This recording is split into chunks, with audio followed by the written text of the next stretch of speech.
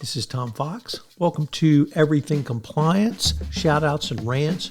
In this episode of Everything Compliance, Shout Outs and Rants, we have the quintet of Tom Fox, Jay Rosen, Karen Woody, Matt Kelly, and Jonathan Armstrong from across the pod in England. I know you'll enjoy it. Do you have a shout out or rant for us? Yeah, I have a shout out, and it's actually more somber than my main topic. On today in February 1940, we had something called the Altmark Incident. Now, the battleship Graf Spee had been on its merry way round the waters of Europe, sinking ships, and it had left a tanker support ship, the Altmark, to pick up the survivors as it went. So Graf Spee would go around its merry way, behaving badly, and Altmark would pick up the prisoners. And the UK got intelligence that some 299 prisoners were on board the Altmark, and the Altmark seemed to be misusing Norwegian waters. So Norway was neutral in the war at that stage, and it would effectively hide in Norway to hide the prisoners so that they weren't returned and weren't dealt with properly under the various conventions that existed. The UK had intelligence, as I said, that the prisoners were on board the ship, and they asked the Royal Norwegian Navy to follow the proper procedures and go and look at the ship and see if the prisoners were on board.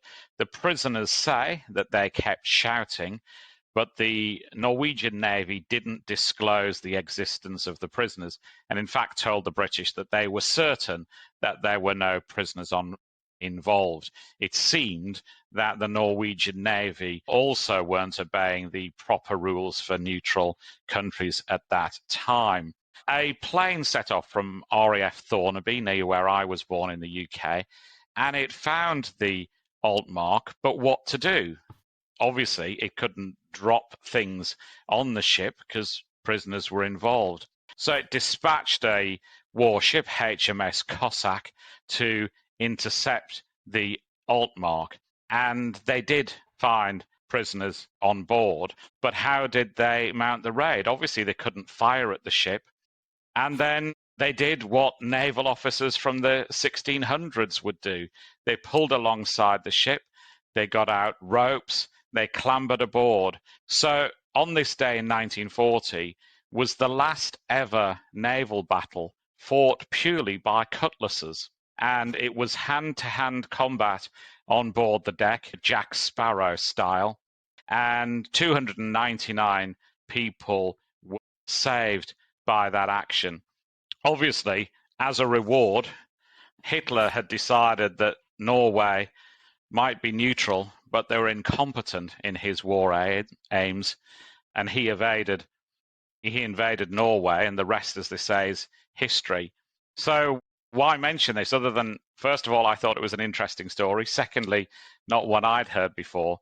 But thirdly, maybe in light of what Matt and I had talked about, it's an illustration for compliance officers everywhere that sometimes the modern newfangled things like, in this case, depth charges and torpedoes aren't the answer. We have to go back to hand combat, and sometimes the old methods really are the best. I would like to rant today about Facebook because I saw this morning that Facebook, which already had planned and has executed on laying off 13% of its workforce, did that at the end of last year, 11,000 people. Now comes news that Facebook also has just completed a wave of performance reviews where it gave very low marks to thousands of Facebook employees. How many thousands, we don't know, but this story was in the Wall Street Journal this morning, very clearly as a prelude to grooming those low-rank employees out of Facebook. So probably going to be even more job cuts coming at Facebook sometime this spring. I just want to rant that what is Mark Zuckerberg doing? Because people lose sight of the fact that they laid off 11,000 people in December, and wasn't that a great number? Yes, it was a large number. However, Facebook had actually hired more than 11,000 people in the first 10 months of 2022. And then it basically laid off just about everybody it had hired in the first 10 months of 2022. So Facebook overhired, anticipating demand that wasn't going to be there. Its cost structure was upside down because Facebook had not yet anticipated or figured out how to respond to Apple redesigning its data tracking services on its devices, which was costing Facebook billions of dollars a year in revenue that it didn't have. Also, while we're on the subject of bad ideas at Facebook, is that it still runs this division within it known as Reality Labs. This is the metaverse project that Zuckerberg loves to keep on pushing.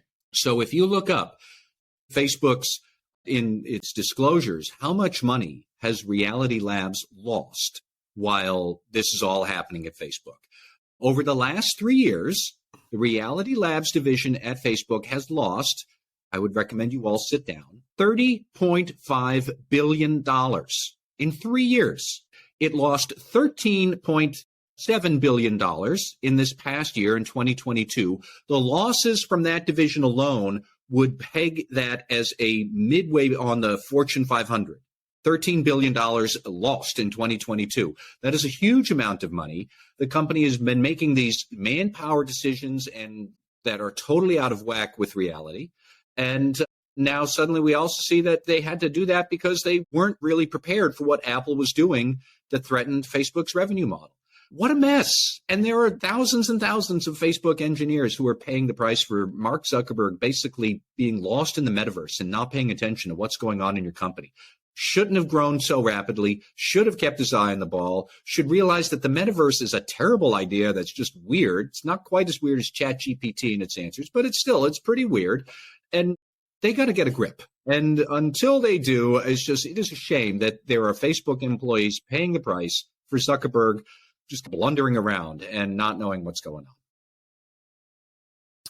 Jay Rosen, do you have a shout out and a rant for us today? I have a joint shout out, and this goes to little Steven Van Zandt. You may know as Silvio from The Sopranos, or his day job being the lead axeman for the E Street Band. And also part of the shout out is Representative Jamie Raskin, who's a congressman from Maryland. Unfortunately, Representative Raskin is seldom seen these days without a bandana on his head in recent days.